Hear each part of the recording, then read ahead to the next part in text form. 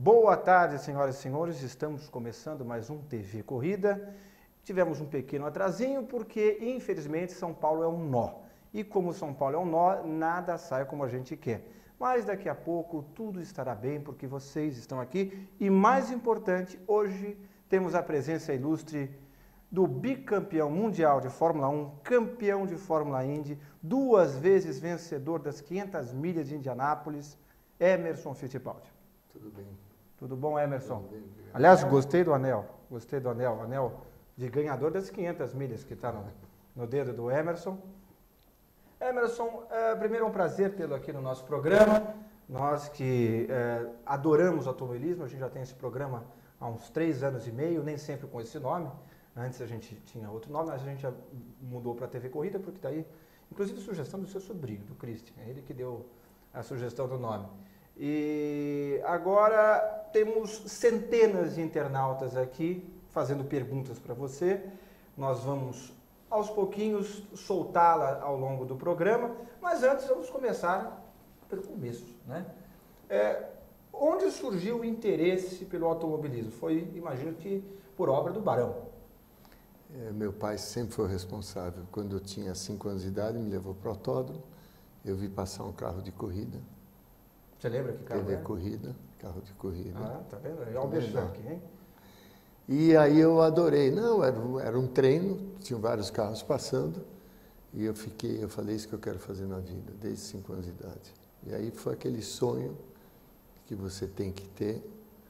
Todos nós temos sonhos na vida que às vezes você acha que você não consegue alcançar. Uhum. E graças a Deus deu tudo certo. Depois de quantos anos? 20 anos praticamente.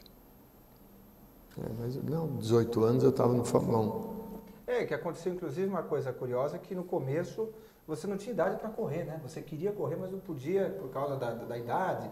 Isso te segurou O kart um naquela época não podia correr com menos de 18 anos. Então eu corri de motocicleta, de barco. Uhum. E aí depois eu comecei a correr de kart com 17, mudaram a lei. Uhum. E com 18 de carro.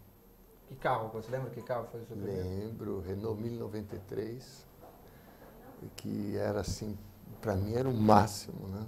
Era o carro com motor especial, preparadinho para corrida, novinho, zerinho, e eu capotei e destruí o carro. Começou com chave. É bom que você já sabe, mas ok, agora eu já sei o limite. Vamos só tirando um pouquinho. Ficou sem freio.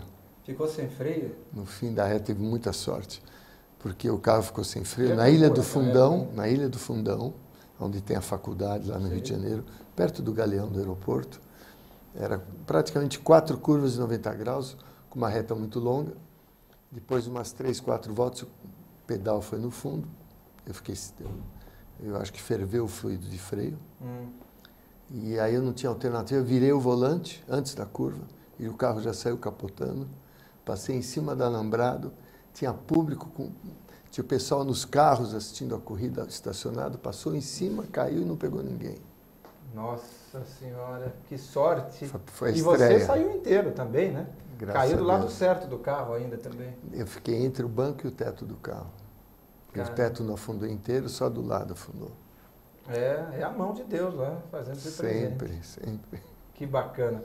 E depois disso, bom, aí você correu na Fórmula V, aqui, Aí Super nós V. fabricamos, a gente fabricava o Fórmula V, eu, Wilson, fabricava o kart, mini kart com o Mário de Carvalho. Aí eu corri de Fórmula V, kart, turismo, que eram carros diferentes, corri de Carmanguia, Porsche. Aí fabricamos um protótipo, Fit Porsche. Sim. Fizemos um Volkswagen 2 motores, e aí eu vendi tudo que eu tinha meu e fui para a Europa.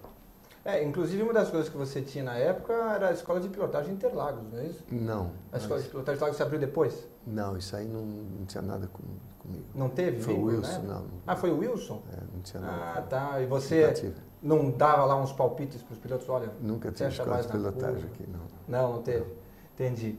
E, bom, continuando aqui, depois disso aí você foi para a Europa, vendeu tudo para se cacifar para lá, e lá você foi correr de Fórmula 3? Fórmula Ford. Fórmula Ford primeiro. Que custava muito pouco, era um Fórmula assim, de acesso. Na época, muito competitivo, porque tinha jovens do mundo inteiro, Estados Unidos, Austrália, da França, indo quase todos na Inglaterra, porque era uma fórmula nova e que dava uma exposição muito grande e super competitiva. E aí, bom, você fez sucesso, subiu de degrau e chegou na Fórmula 3 finalmente, ou você já chegou a pular a Fórmula 2, não? Eu corri de Fórmula Ford, no mesmo ano Fórmula 3, aí no começo do ano seguinte Fórmula 2 e no meio do ano Fórmula 1. No meio do ano você inclusive fez o teste na Lotus, na não Lotus, foi isso? em 1970. Isso, e aí quando o Colin te chamou para correr, você falou, não, eu quero ter mais experiência. Isso foi fim de 69, foi antes. Fim de 69. Aí eu falei para o Colin, eu estreio no Grande Prêmio da Inglaterra em julho de 70. Foram 6 meses depois. Que você não se sentia ainda preparado com a experiência? Não, ainda não. E eu fiz Fórmula 2 também. Então, em um ano eu fiz praticamente Fórmula Ford, Fórmula 3 e Fórmula 2. E aí cheguei à Fórmula 1. Um condensadaço, né? Muito, foi pulando de categoria. Aconteceu tudo muito rápido. Aliás, acho que a gente tem uma foto da Lotus aí, se você puder colocar aí, o pessoal da produção. Eu separei, inclusive, em ordem cronológica. Vamos ver. Primeira foto. Tá no ponto, produção? Não, esse é o kart. Esse é o kart, o mini kart. É esse que daí nós fabricávamos na época, junto com o Mário de Carvalho, que tem até hoje a fábrica. Ok, tá ótimo. E aí, nessa época ainda não tinha proteção para pé, para nada, né? Hoje em dia ainda tem meio que uma gaiolinha para frente. Tem pouquinho, mas era praticamente igual, né? O pé ficava exposto, mas... Mas até um totozinho hoje podia enganchar na época. Próxima foto. Esse é o Fórmula 2, que eu corri em 1972, porque enquanto eu estava na Fórmula 1, que eu comecei a Fórmula 1, continuei correndo Fórmula 2. Durante quase 3 anos eu fazia Fórmula 2 e Fórmula 1, para aprender mais. Aliás, isso é uma coisa bem interessante, né? Porque durante muito tempo, teve inclusive piloto, se não me engano, eu estou tentando lembrar qual foi um piloto que corria de Fórmula 1, mas faleceu na Fórmula 2. Porque havia um intercâmbio. Os pilotos de Fórmula 1 corriam na Fórmula 2, exato. E que foi o meu caso, eu fiquei correndo durante 3 anos, mesmo depois que eu ganhei o título mundial, ainda continuei correndo na Fórmula 2. E por que isso se perdeu um pouco hoje em dia? Hoje em dia você não imagina um piloto de Fórmula 1 correndo de GP2. É meio que, não digo que é um downgrade, mas fica o estigma de que é só para novatos. E na verdade é mais uma fonte de... É porque naquela época tinham só 12 grandes prêmios, você tinha um tempo disponível mais do que hoje em dia, e era diferente. Não tinha tantas amarras contratuais? Não, era diferente. Eu, quando cheguei à Fórmula 2, eu fui correr assim com os pilotos tops da Fórmula 1, então era uma chance de eu me comparar, de eu aprender com eles, que na época tinha o Graham Hill, Jack Stewart correndo, Jochen Rindt na Fórmula 2. Eu sou fraco, realmente. O Jack Brabham, todo mundo corria na Fórmula 2. Não o ano todo, mas algumas corridas eles faziam. Então, para nós era espetacular, um jovem poder estar correndo com pessoas com tanta experiência, campeões. E ainda com carro. E você aprendendo e ao mesmo tempo disputando. E num carro que ainda não tinha a mesma potência, por exemplo, da Fórmula 1, né? Tinha menos, tinha uns 280 cavalos. Na Fórmula 1 já era 450? 400 e pouco, Os FDV, não é isso? Isso. Tá vendo? Eu li essa. Você lê e entende bastante. Então bom, bastante é lisonjeiro seu. Mas vamos lá aqui, as perguntas. Mas primeiro vamos colocar a próxima foto, que é a foto daí sim. Aí está. Esse é o Fórmula 3. Que você correu. Eu comecei a correr em julho de 69, na metade do campeonato. E aí eu ganhei o campeonato inglês até o fim do ano. E a equipe era do Jim Russell? Jim Russell Racing Drive School, que era uma escola de pilotagem em Snetterton. E foi o meu primeiro contato com a Lotus, que era um carro, era uma Lotus, não era da fábrica, era semi-oficial. Uhum. Então eu tinha o apoio da fábrica e o meu mecânico era o Ralph Furman, Sei. que depois fez a Van Diemen, que o Ayrton pilotou, eu que apresentei o Ayrton para o Ralph. Próxima foto, aí está o carro da estreia, não é isso? Esse é a Lotus 49, 49C? que eu estreiei no Grande Prêmio da Inglaterra. É um carro espetacular. Aquele lá ainda tinha o restinho do formato charuto, né? Era um charutão. Então, mas já asa. eram os estertores, né? Porque Esse carro nasceu sem asa, Uhum. e aí, no fim dos anos 68, foram as primeiras asas da Fórmula 1, e aí foi colocado asa na frente, asa atrás, o carro foi modificado. Uhum. É um carro que o Jim Clark chegou a guiar. Não esse chassi, mas o igualzinho a esse. Entendi, que interessante. Aí a próxima imagem, aí já tem os carros com uma concepção moderna, com uma entrada de ar em cima, mas todo de alumínio. Eles eram muito frágeis. É completamente Esse frágil. a Lotus 72 é um clássico, né, da Fórmula 1, Uhum. com essa pintura preta dourada, Que virou foi um até clássico. 86, é. E aí ficou assim um carro na história da Fórmula 1, muito importante e bonito até hoje o carro, né? É verdade, você anda de vez em quando em Goodwood, você anda. Eu dá umas andei um mês esticadas. atrás em Goodwood. É, eu vi, eu acompanho. Você em Goodwood você já andou de Penske, você já andou com a McLaren, de 74, não é isso? Andei quase todos os carros. Todos. Fórmula 1. Que bacana. E os Indy também. E semana passada você andou de Lotus, com a Lotus 2010. E eu andei com a Lotus nova e eu Isso. andei com a Lotus do Jim Clark, que ele ganhou o primeiro Mundial. Essa eu não A vi Lotus, as imagens. a ainda. Lotus é 25. E em relação à sua 49C de estreia, era muito diferente? Muito diferente. Menos, muito, não tinha muito. asa, né? Muito porque eram praticamente já 7, 8 anos de evolução, quase 10 anos. O carro, um motor pequeno, pneu estreito, Dobra. não tinha asa, então a suspensão muito mole. Era um carro confortável de pilotar, porque como não tinha asa, não tinha nenhuma rigidez na suspensão. Uhum. E um carro muito equilibrado. Eu achei muito gostoso guiar o carro. Balanço. E o extremo, né, a Lotus nova, eu guiei a Lotus de 2011, 2010, que é o carro de teste da Lotus. Sei. E é espetacular, né? O que evoluiu a Fórmula 1 todos esses anos é uma maravilha. O pessoal fala muito de freio, né? Uma das coisas que mais se destaca na Fórmula 1 Freia é freio. muito, muito, muito. Muita aerodinâmica, muito freio, muito equilibrado o carro. Ele não tem diferença de equilíbrio entre uma curva muito rápida e uma muito lenta. É quase todas as curvas parecidas. Dá segurança e um carro muito, muito evoluído. Não só na parte mecânica, mas eletrônica. Então tudo é ajustado para as condições de pista diferente, curvas diferentes, freadas diferentes. Espetacular. E tem também a distribuição, você pode mudar naquele volante com 50 mil funções, vira. Eu não mexi em nada. Mas, Eu só dei 18 voltas só olhando e tentando chegar no limite do carro. E assim mesmo fiquei muito longe do limite. Eu estava usando 80% do carro. entendi. E quanto mais dentro, quanto mais velocidade eu entrava em curva, ele aceitava.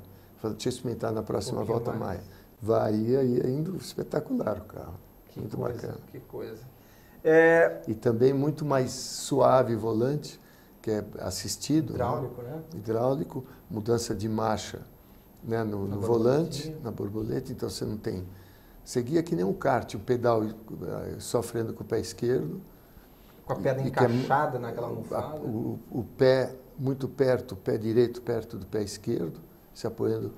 E assim, muito, muito gostoso o cockpit, eu gostei muito da posição. O pé muito alto, da aerodinâmica do carro, mas em 2, 3 voltas eu já acostumei. A minha vontade é ficar lá andando uma semana. De repente você conversa com eles e fala, olha, se precisar de um piloto de teste ocasional. Um piloto stand-by, né? Exato, eu fico aqui de stand-in. Mas agora voltando um pouco mais no tempo. Vamos voltar para a próxima, colocar na próxima foto que tiver aí o seu carro de 75, você já era bicampeão, você está com 1, não é isso? 75. Essa McLaren M23, 75. Isso, que é de 75, porque você já estava com 1 de novo. Esse carro era muito bom, um carro assim, completamente espetacular. diferente da Lotus? Muito diferente. Ele era muito rápido em curva rápida, Uhum. um carro assim, que tinha um equilíbrio muito grande em curva rápida. Tinha algumas dificuldades em curva lenta, isso que eu falei do Fórmula 1 moderno, que não tem. Esse carro a gente tinha que lutar muito para acertar em curva lenta. Mas todas as curvas rápidas era espetacular o automóvel. Próximo. Tinha muito peso na roda dianteira. Uhum. E esse Copersucar era que eu terminei segundo no Grande Prêmio Brasil. E você está comemorando lá com os dedinhos. Que bacana. É verdade, isso foi em 78. 78, Jacarepaguá. Próxima imagem. Isso aqui é Mônaco na chuva, que eu acho que eu terminei quinto ou sexto. Foi o Grande Prêmio de 76. E a próxima imagem é o último carro... Não, não é o último, não. Esse é de 79. Esse é o último carro. Esse carro foi espetacular. Esse carro, nós andamos muito pouco, tinha um budget muito reduzido, uma verba muito pequena. Uhum.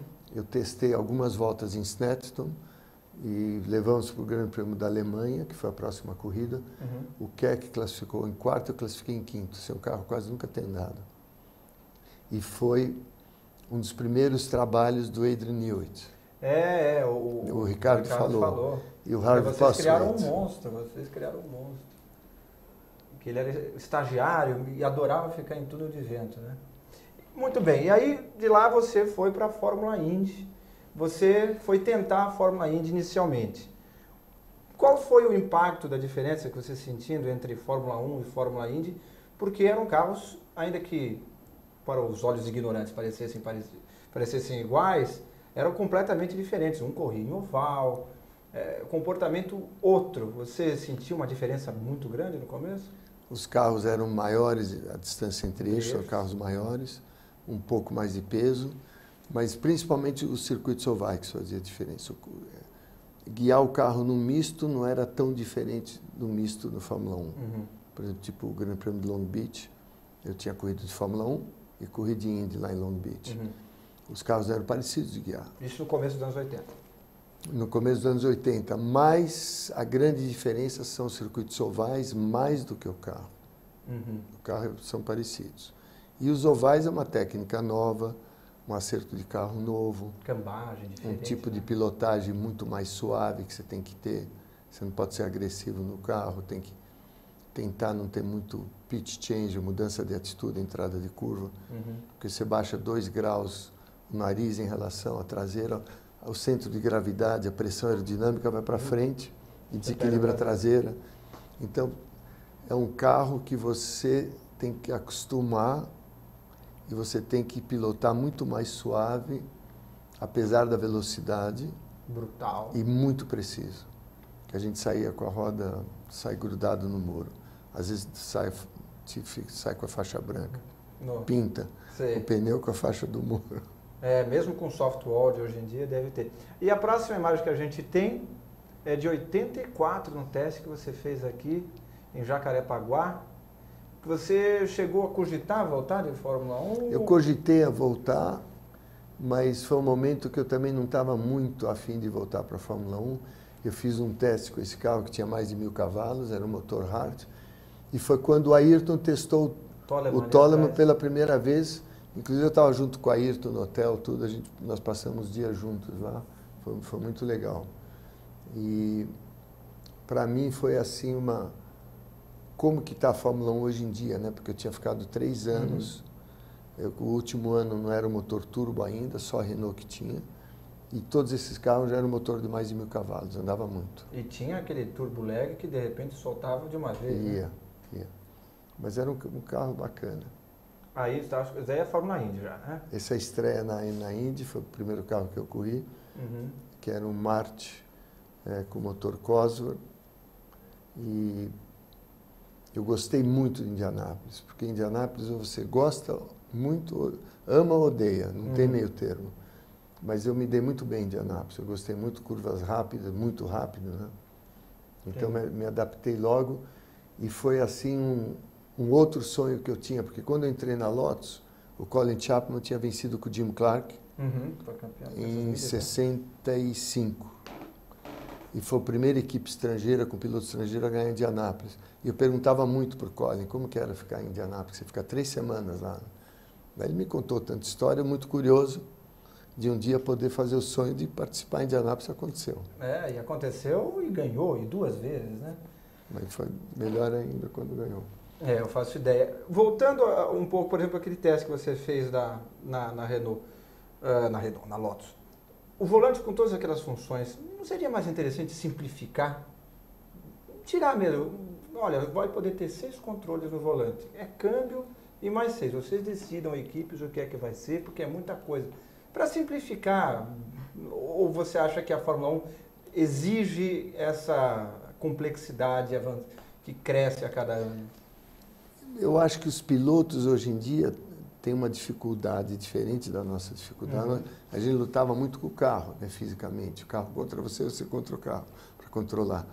E hoje em dia, a grande dificuldade, na minha opinião, obviamente, andar rápido é muito difícil para qualquer piloto, está no limite do carro, dele, da pista.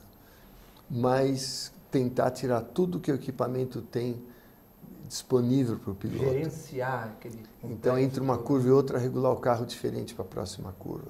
Então, tem um trabalho no volante que é totalmente diferente da minha época, que eu não tinha isso. A minha dificuldade era diferente. Hoje em dia, o piloto tem que saber gerenciar todo aquele equipamento disponível, toda aquela regulagem disponível, durante até uma volta na classificação. Você pode mudar o diferencial traseiro.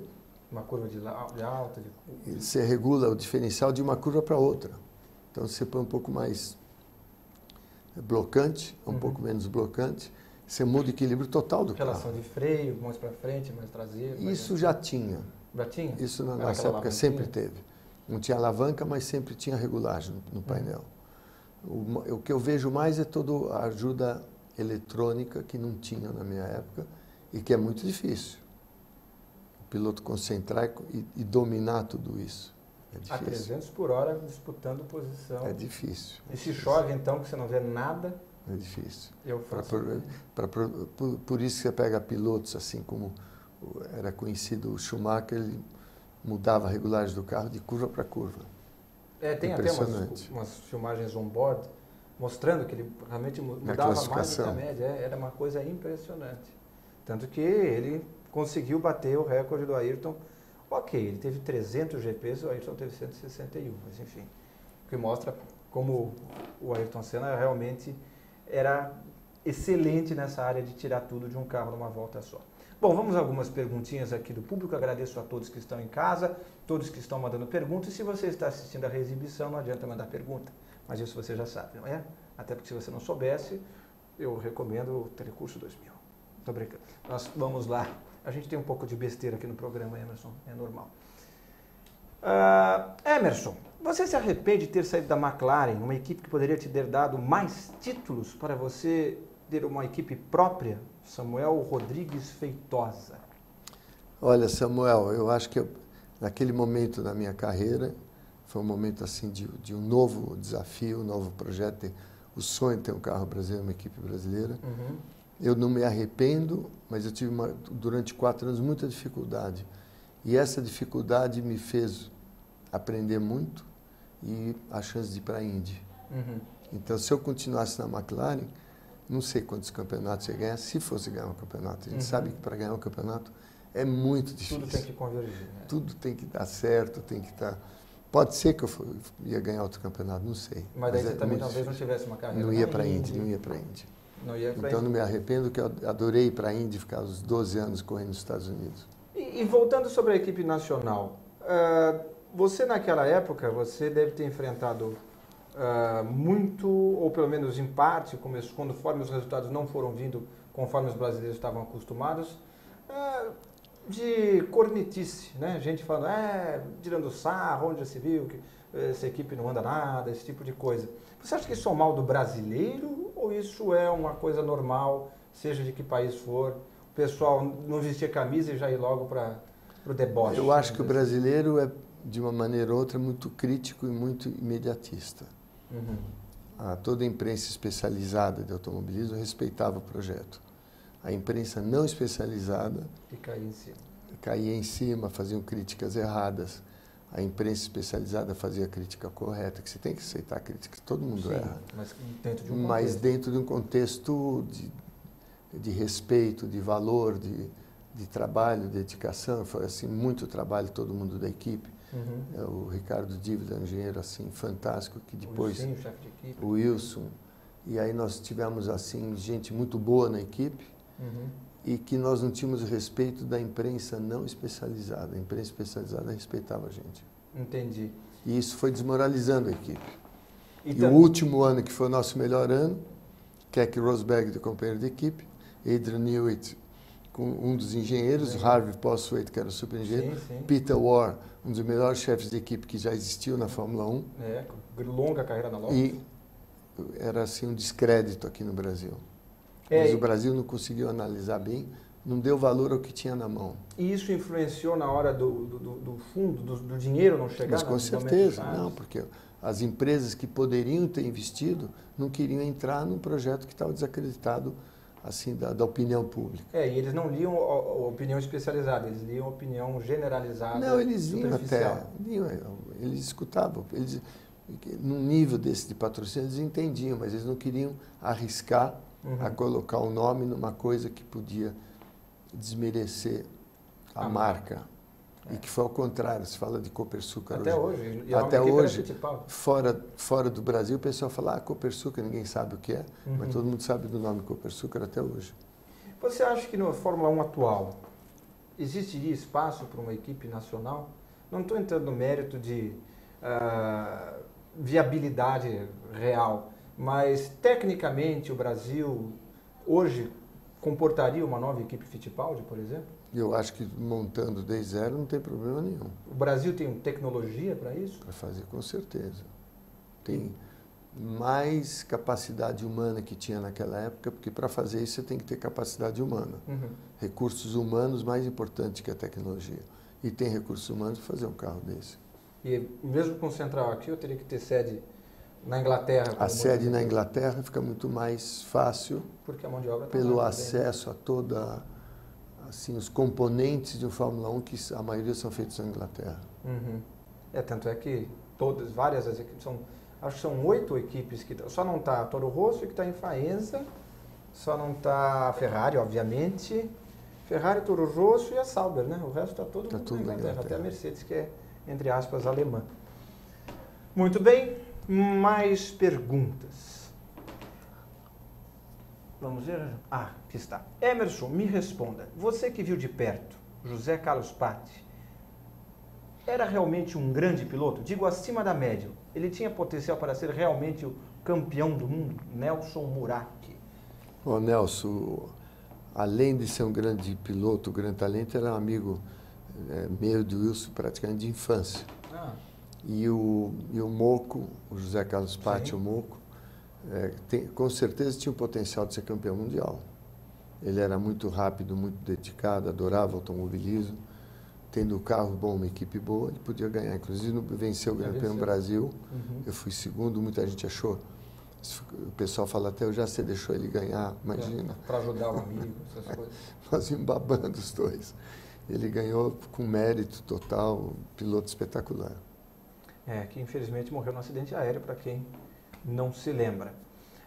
O Danilo Cândido falou, boa tarde, Emerson, por favor, conte um pouco sobre a assustadora experiência de guiar o Porsche 917-10 Can-Am em Nürburgring. Olha, Danilo, foi assim, uma experiência muito bacana, porque eu estava querendo ir para Nürburgring para aprender antes do Grande Prêmio da Alemanha, porque é um circuito muito difícil. E guiando aquele carro com mais de 1.100 cavalos em Nürburgring foi um sonho, né?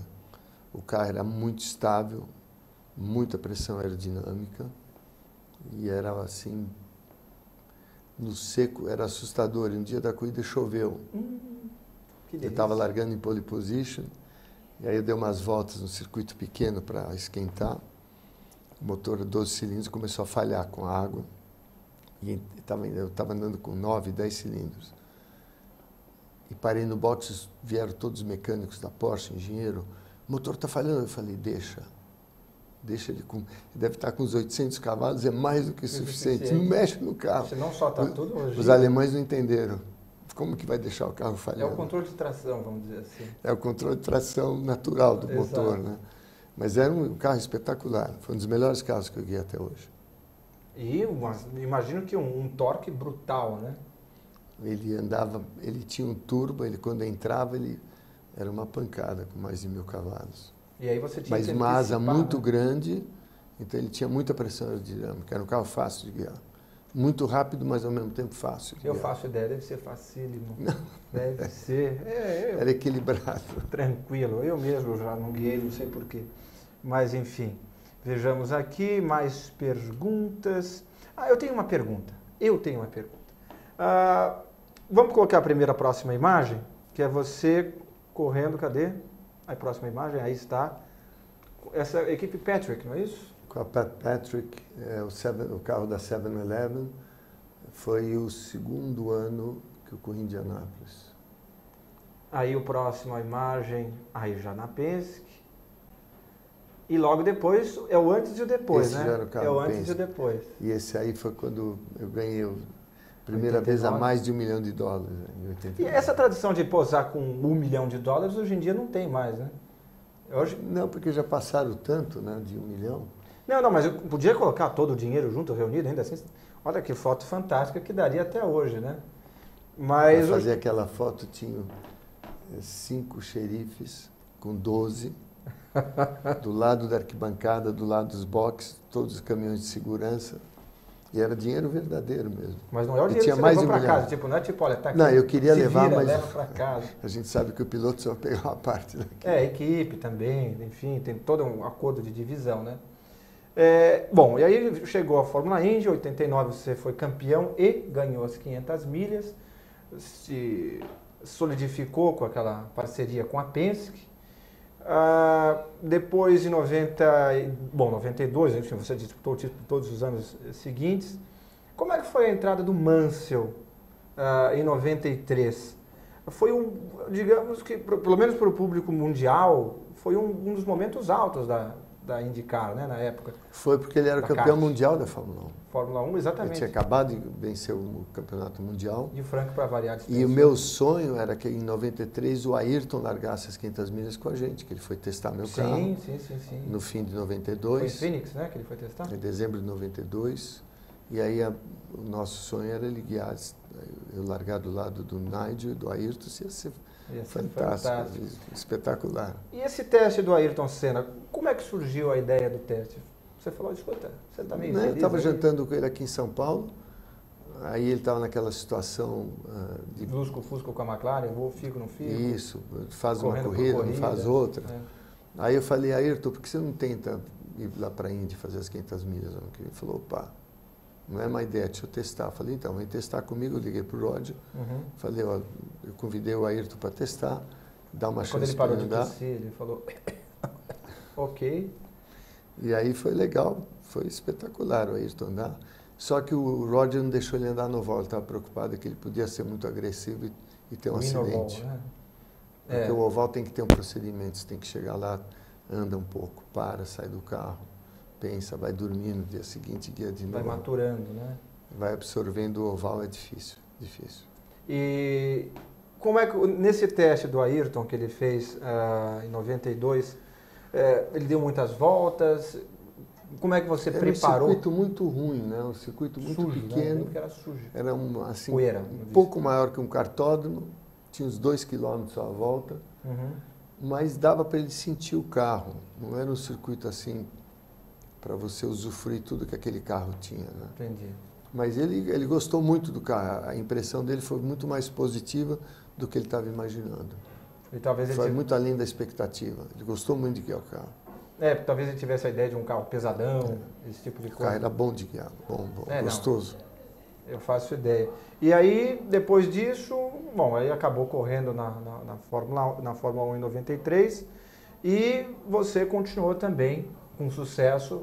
Em 93 você também ganhou as 500 milhas, mais uma vez. Foi. E correu até 96, que inclusive temos a foto do carro dele, que já era a equipe Hogan, não é isso? Isso. Olha, inclusive é o André que está atrás, o André Ribeiro. É o André. André Ribeiro. Exatamente. Esse carro era lindo, hein? Muito bonito o carro. Tempo que a Fórmula Indy tinha várias marcas como Mercedes, bom, a Honda está até hoje. E depois disso, na verdade foi exatamente nesse ano que teve a cisão, né?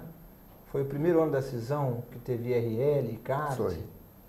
E hoje reuniram-se novamente, né? A IRL meio que comprou a kart no tempo que ela perdeu força e hoje elas estão voltando a ter uma exposição. Como é que você vê a retomada da Fórmula Indy no cenário mundial? Ainda falta um caminho longo a ser percorrido, mas você acha que eles voltarão a ter a força dessas épocas áureas de Mansell, de Emerson, de Mário Andretti e companhia? De maneira internacional caiu muito a audiência pela televisão e mesmo nos Estados Unidos caiu muito. As 500 milhas de Indianápolis continuam muito forte. Nos últimos 2, 3 anos o campeonato melhorou, mas está muito longe do que era. A NASCAR nos anos 90, muito, né? E nos anos 90 a Indy era maior e mais importante que a NASCAR. E a audiência de televisão, às vezes, muito perto da Fórmula 1. E hoje em dia separou muito, né? Perdeu muito. Dizem que, inclusive, a NASCAR que preencheu muito o void, né? O vazio que tinha sido deixado. A NASCAR hoje toma conta do mercado americano, é espetacular, né? Se liga a televisão, é NASCAR direto. E se a gente colocar, até coloquei no meu blog uma vez, se a gente colocar os números de faturamento da NASCAR, ela põe a Fórmula 1 no bolso. É maior. Ela é maior do que a Fórmula 1, do que a Fórmula Indy juntas. É impressionante a máquina que é. Mas é porque o automobilismo americano tem uma coisa que a Fórmula 1 não tem, e eu não sei até que ponto isso é interessante. Eu acho ótimo, mas eu não sei até que ponto isso é interessante a Fórmula 1 não ter, nesse sentido que eu estou falando.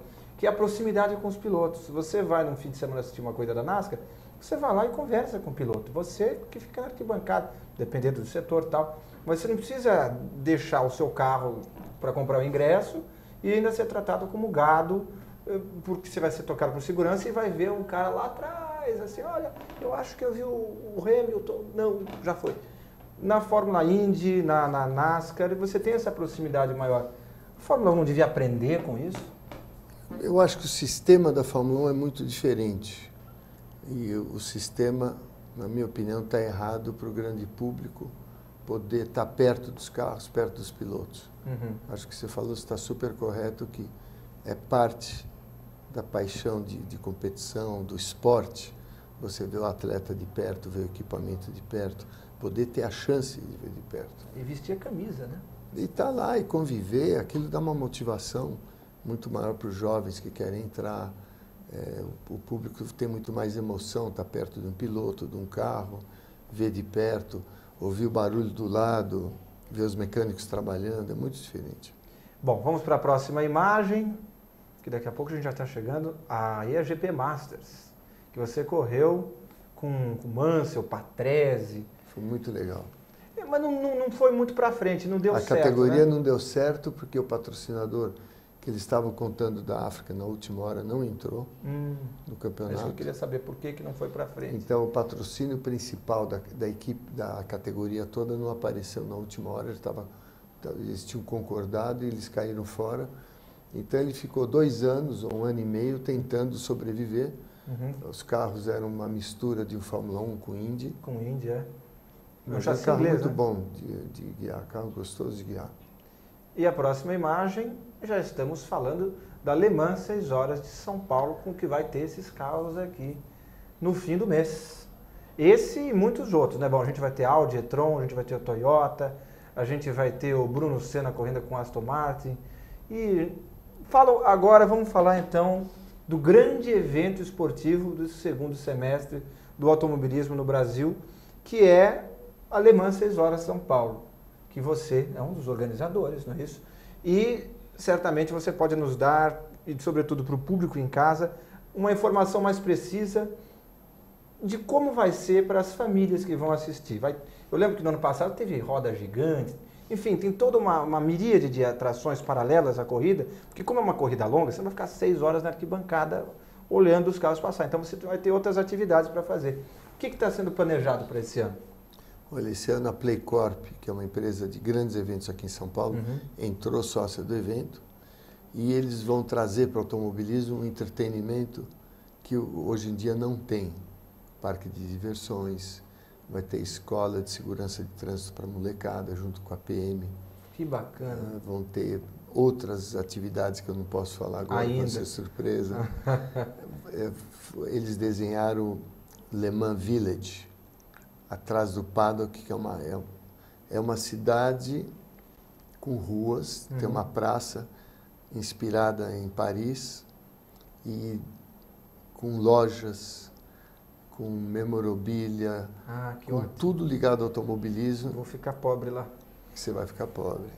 Eu vou ficar pobre. Isso com restaurantes, com show de música durante a corrida o tempo todo, sexta, sábado e domingo, então é dia 31 dia 1º de agosto e 1º de setembro. Você... É um fim de semana, que é um festival para a família. E exatamente o que você falou antes, o que é diferente da Fórmula 1, o público que entra em Interlagos vai ter o pit walk, todo mundo vai ter o pit walk, chegar perto dos carros, dos pilotos, que são máquinas maravilhosas. São fantásticas. Eles parecem uma espaçonave, né? Com uma tecnologia quase da Fórmula 1. É, fibra de carbono, eletrônica. E é um campeonato novo, né? O segundo ano desse campeonato mundial. E que o Jean Todt idealizou e que tenho certeza que vai ficar muito popular no mundo inteiro. São 8 etapas, o Brasil é uma das etapas. São Paulo é a única cidade no mundo que tem as 3 categorias, né? A Le Mans, a Indy e a Fórmula 1. E lembrando também que na Le Mans 6 horas de São Paulo, ano que vem vai correr aqui de novo, se Deus quiser, e vai ter a Porsche também, né? Que está entrando ano que vem com o Marco Webber. A Porsche já anunciou. Marco Webber e companhia dela. E em outubro tem um boato muito grande que a Ferrari vai anunciar também a P1. Em outubro? A Alpine e a Renault está entrando, a Nissan também está entrando ano que vem. Então esse campeonato vai crescer muito, não só para o público, mas para quem vive e gosta de automobilismo. Por exemplo, hoje tem muitos pilotos que chegam à Fórmula 1 que não tiveram chance ou não tiveram oportunidade de permanecer numa equipe boa, num carro bom, e vão para uma categoria alternativa que é essa, que são carros rápidos, é um campeonato mundial, que já tem hoje 16 pilotos, ex-pilotos de Fórmula 1 na categoria. Quer dizer, mostra uma nova chance, até para um piloto jovem. É verdade. Ter um caminho diferente, ter não só assim, uma carreira esportiva, mas um profissional também. Viver disso. Piloto. E as montadoras estão entrando, interesse muito grande. A Toyota, que tinha a equipe de Fórmula 1, a mesma equipe de Fórmula 1 da Toyota que fez o protótipo e que teve a primeira vitória no ano passado aqui na Le Mans 6 horas de São Paulo. São Paulo, é verdade. E além disso, nós vamos ter uma corrida de Superbike no dia da corrida, que é o Campeonato Brasileiro de Superbike do Bruno Corano. Vão largar mais de 50 motocicletas, que no final da reta tem quase a velocidade dos protótipos. Você andou se aventurando no mundo das motos, né? Tem moto especial do Emerson Fittipaldi. Então, fizemos uma série, eu fui andar em Interlagos também, espetacular, com controle de tração, tudo eletrônico. Mas e moto, você se sente tão à vontade quanto de carro ou nem tanto? Não. Eu corri de 14 a 16 anos e não me sinto à vontade, não. Inclusive o Bruno fez uma clínica comigo, eu saí atrás do Bruno Corano, ele deu umas 10 voltas, eu fui pegando o jeito, acelerando mais. Aí dei umas voltas sozinho, mas aí parei. Você falou, ok. Chega. Lembrou do Schumacher também, né? Lembrou do Schumacher. Que tomou um tombão, podia ter se machucado. A moto é muito... Eu admiro muito hoje a MotoGP, é fantástico, né? É verdade. O que eles fazem em cima de uma moto é incrível. E agora o Marc Marquez também, mostrando um talento novo. Também. Você assistiu em Laguna ele passando para a primeira? A lá Zanardi. Quando ele passou o alemão meio de lado, assim? Sim, lembrou o de Zanardi. lado de moto, né? Lembrou? Ele passou no corkscrew, no saca-rolha, ele passou o Valentino Rossi. Isso. Aí foi para a segunda. Depois ele passou o líder na freada do cotovelo antes da reta dos boxes. É verdade. Derrapando em 2 rodas. É espetacular. Fácil, é fácil. Nossa. É igual dirigir aquele Porsche seu, é fácil. Para quem sabe, é fácil. Vamos ver mais perguntas aqui. Muito bem. Muita gente está perguntando do Felipe Massa. Como é que você vê a atual fase do Felipe Massa? Quer ver? A pergunta, inclusive, é do... Cadê? Ih, não estou achando. Bom, eu perdi aqui a pergunta, mas eu lembro de tê-la lida. Aqui. Emerson, o que você pode dizer da carreira do Massa, analisando o que ele já conquistou? Bom, como prevê o futuro do piloto, aí só jogando os búzios, não é, meu amigo? Acredita em um título brasileiro? Você trouxe os búzios hoje, Emerson. Mas como é que você vê o momento do Massa no campeonato de 2013, onde ele começou o ano bem melhor do que começou 2012, graças a Deus, mas ainda não embalou. Vamos também deixar claro que a Ferrari desse ano, pelo menos ultimamente, não está também nenhuma Brastemp, né? Não está com um carro fantástico e o computador desligou. Que bom. Enfim, a partir de agora, eu e você. Vou até desligar aqui o computador porque ele desligou e isso agora é caro e inútil. Tá vendo? Isso é televisão ao vivo, gente. Emerson Fittipaldi é tanta energia que drenou do computador para ele. Mas como é que você vê o momento atual do Felipe Massa, que tem um carro que já não está tão bom, tanto é que o Alonso andou dando uns coices aí, sendo repreendido pela Ferrari. Você acha que ele tem boas chances de continuar na equipe italiana em 2014? Eu acho que vai depender muito dos próximos grandes prêmios, como que ele vai se estabelecer. Ele é muito rápido, ele se adaptou bem ao carro sem controle de tração, porque o Felipe sempre guiou o carro com controle de tração. Ele estreou em 2002, que já ele tinha. É um piloto muito agressivo, em entrada e saída de curva. Então ele precisava muito de controle de tração. Ele teve uma dificuldade quando tiraram o controle de tração. Hoje em dia eu vejo o Felipe assim, bem rápido, inclusive esse ano está ali junto com o Fernando nas classificações. Às vezes até na frente. Às vezes na frente do Fernando. E que ele teve assim uma fase ruim, muito boa no começo, pegou uma fase ruim, nós sabemos que daqui a pouco ele vai ter uma fase boa. Dessa fase boa, acho que vai ser importante para ele se estabelecer mais um ano na Ferrari. E a Ferrari, a equipe, o Stefano Domenicali gosta muito dele. Existe uma pressão muito grande da imprensa italiana, que critica, o italiano critica toda hora, é pior que o brasileiro. Não, é bem pior que o brasileiro. Eles Os usam patrícios lá não são falaram fáceis. que o Massa era desperdício de gasolina, umas coisas bem pesadas. Mas o Felipe está acima disso, acho que o Felipe tem a categoria, tem a experiência, tem a velocidade para mostrar. Ele vai ter que mostrar agora. Certo.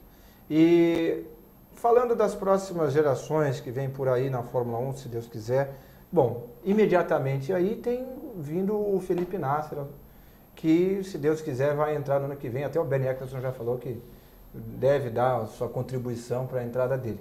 Mas mais para frente, o sobrenome Fittipaldi pode vir aí, tanto com o Pietro quanto com o Enzo, não é isso? O Pietro, que está mais esperto, está no caminho. Sim, mas o Enzo também tem uns resultados bem interessantes. O Enzo andou muito agora. bem, é muito legal isso. Como é que Mas você é um caminho vê muito difícil para a a Fórmula 1. próxima geração Fittipaldi nas pistas? Eu vejo o Pietro com esse novo projeto, né, com a Claro, com a Embratel, que é um projeto que fizeram primeiro para os pilotos mexicanos e que deu muito certo. Sérgio Pérez, Gutiérrez, na Sauber. E o Pietro teve essa oportunidade como brasileiro de entrar nesse projeto.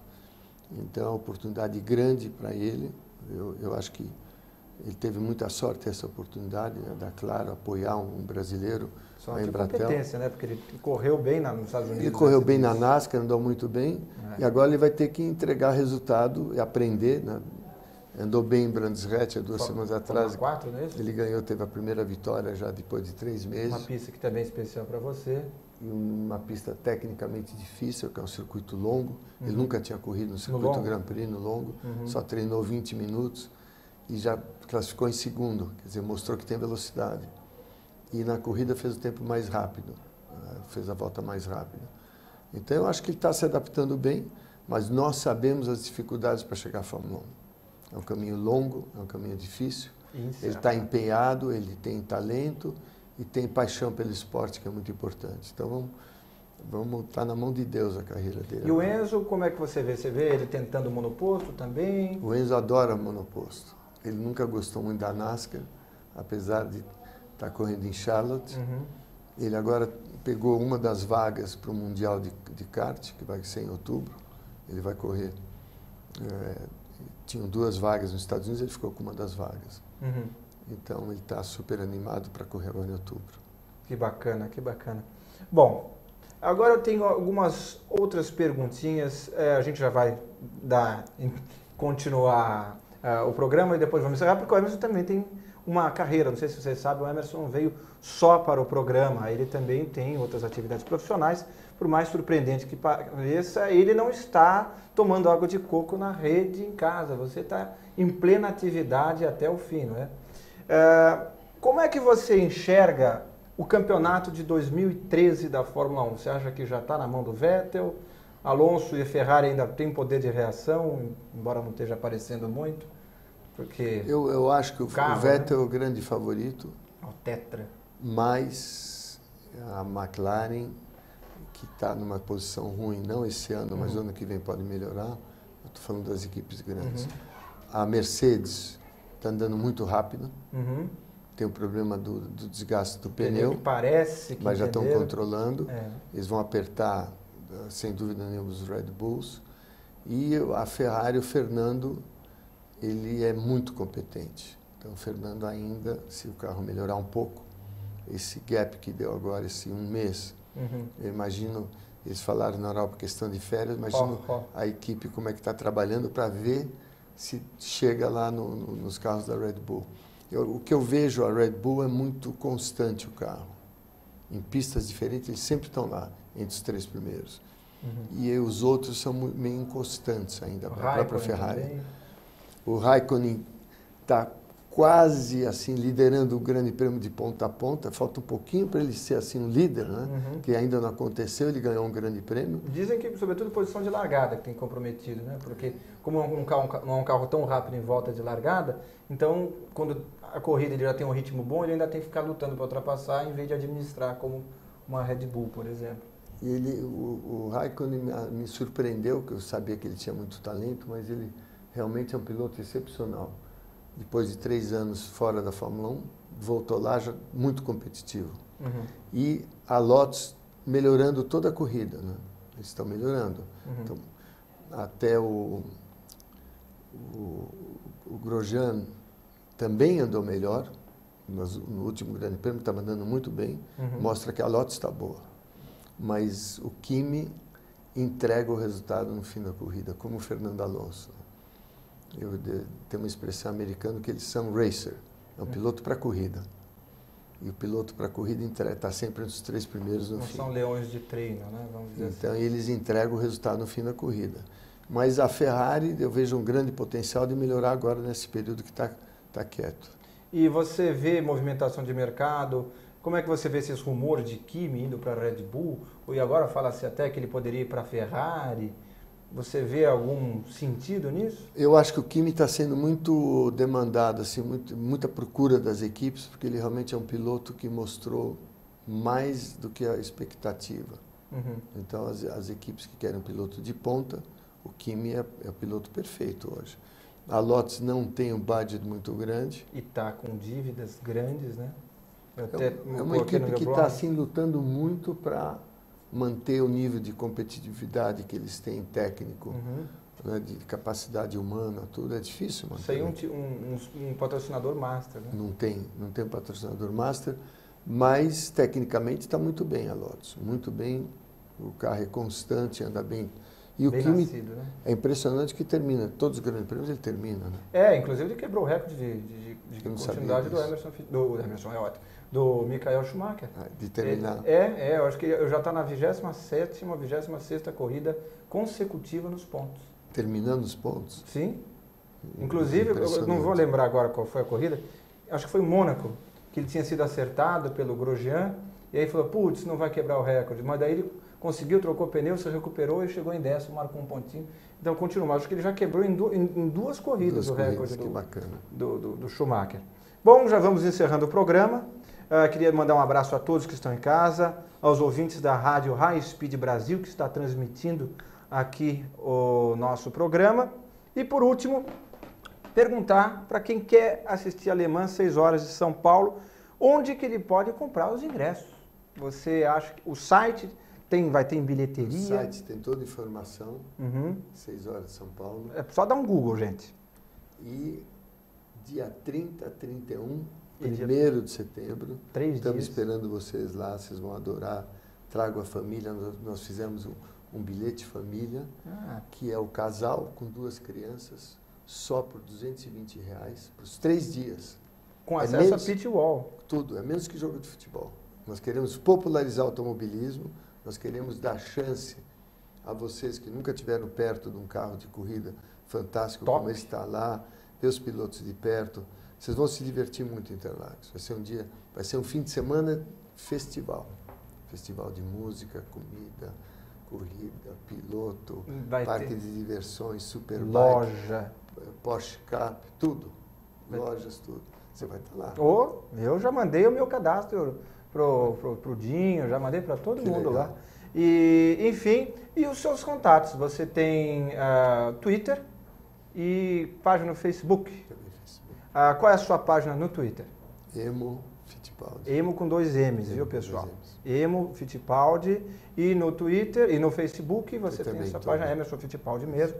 E aí você pergunta, pô, mas deve ter mais de uma. Aí veja que tem mais gente. Instagram, Emo Fittipaldi. Também Emo Fittipaldi, igual ao Twitter.